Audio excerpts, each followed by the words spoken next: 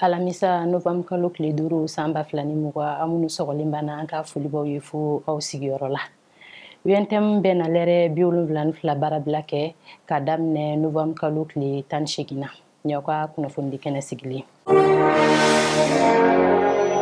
Tarata novembre kalo tile 3 san 2020 UNTM ye kunnafoni lajɛ kɛ min ɲɛmɔgɔya tun bɛ Yakuba Katile bolo. Ale ye UNTM ɲɛmɔgɔba ye.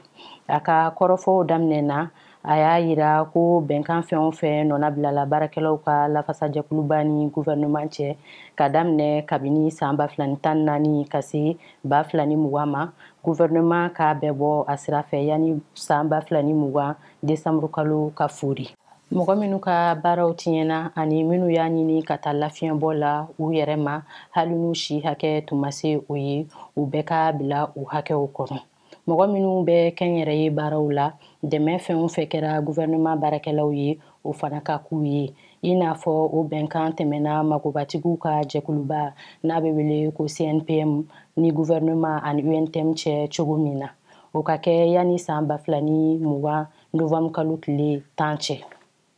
Baarakɛlaw ka kan ka taa lafiɲɛbɔ la a si hakɛ min na dɔ ka fara o kuntala kan u bɛ kulu min kɔnɔ n'a bɛ wele ko catégorie ka kɛɲɛ n'o cogoya ye gouvernement baarakɛlaw ni kɛnyɛrɛyew bolo lasigidenso la.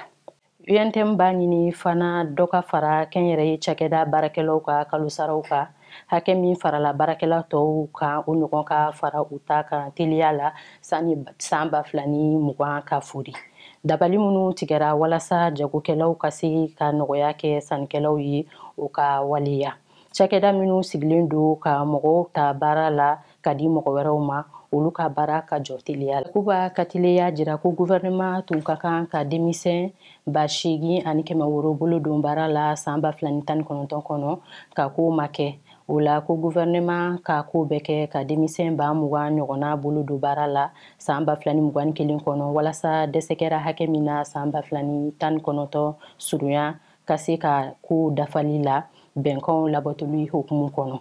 Li laɲini ninnu ma waleya yani sarati dalen cɛ UNTM bɛ yamaruya di a bolofara bɛɛ ma jamana kɔnɔ a n'a kɔ kan u ka lɛrɛ 72 baarabila kɛ ka daminɛ novembre kalo tile 18 na ka se tile 20 ma san 2020.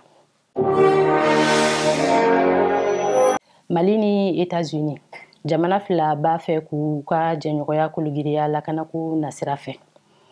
A ka laɲini kɔnɔ tarata tɛmɛni furancɛla fanga jamanakuntigi dankan colonel Assimi Goïta ye l'Amérique lasigiden Denis B. Akins bisimila kuluba. Kumaɲɔgɔnyaw bolila jamana fila cɛ jɛɲɔgɔnya kan lakanako nasira fɛ. Hakili falefalenw kɔnɔ cɛba fila y'u ŋaniya da kɛnɛ kan jɛɲɔgɔnya in kologiriyali lakana kun kan. O siratigɛ la Denis B. Akins y'a jira ko Mali bɛ jate l'Américain jamana jɛɲɔgɔn sɛbɛ fɛ kojuguba kɛ kɛlɛli la Sahel kungo kɔnɔ.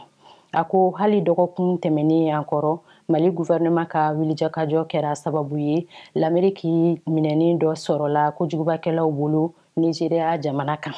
O de kosɔn a y'a jira ko l'Amérique jamana ni Mali gouvernement bɛ jɛɲɔgɔnya la sanga ni waati bɛɛ lakanako nasira fɛ min sinsinnen tɛ sɔrdasiw ni kɛminɛnw dɔrɔn kan.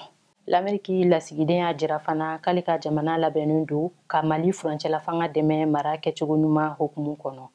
A ye Mali faamaw fo Alger bɛnkan sɛbɛn nɔna bilabaw bɛɛ sen donni na gouvernement sigili baaraw la. Denis B. Akins bolo ni na kɛ sababu ɲuman ye u ka cɛsiri yiriwali baaraw fɛ Mali kɔrɔyan fan fɛ. A ko a dalen b'a la ni basigi ni lakana sera ka sabati kɔrɔn fɛ o bɛna jamana fantɔw lafiya. Kiri kunkanko la kiritigɛlaw ye kiri kura daminɛ. Kiri dɔ kuncɛra dɔwɛrɛ daminɛna. Bamako kitigɛso kiritigɛlaw ye kiri kura daminɛ tarata novembre kalo tile 3 san 2020. Kiritigɛlaw ɲɛmɔgɔba Idrissa Arizo Mayiga ye jira ko sariya b'a daga kiri dɔ bantɔ kura ka tugu o la. Kiri sɛbɛn 93 bɛ bolola nin sen na mɔgɔ 147 kun kan. Mɔgɔ 140 yɛrɛ minɛnen don o ko la kaban. A ko coronavirus ko ye baaraw senna sirili min kɛ kirikura tuguli tɛmɛnin na o nɔngɔnin na o b'a to baara dabɔlen caman ka se ka waleya ani ka kasobo mɔgɔ hakɛ dɔgɔya ni caman lajɛyara k'u bila. Idrissa Arizo Mayiga k'a fɔ la nin kirikura bɛɛ tugu kɔrɔlen la wajibi tɛ u ka daminɛ ni ginta ye ka mɔgɔ caman wele o la. Hakilina jiginna kirikɔrɔ daminɛna san 2020 o ti kalo tile 24 na. O kiri kuntala sera kalo 2 ma. Kiri sɛbɛn 200 tun bɛ bolo la mɔgɔ 275 kun kan. Mɔgɔ 185 tun minɛnen don olu la ka ban. Nin kiri min daminɛra o bɛ sɔn ka kuncɛ décembre kalo tile 8 san 2020 na. Nin bɛ dansigi an ka bi kunnafoniw na. Nin baara nin bɛɛ kɛra AMAPO ni ANCD ka bolodiɲɔgɔnma kɔnɔ. Aw k'an bɛn waati wɛrɛ nin kɛnɛ in kan.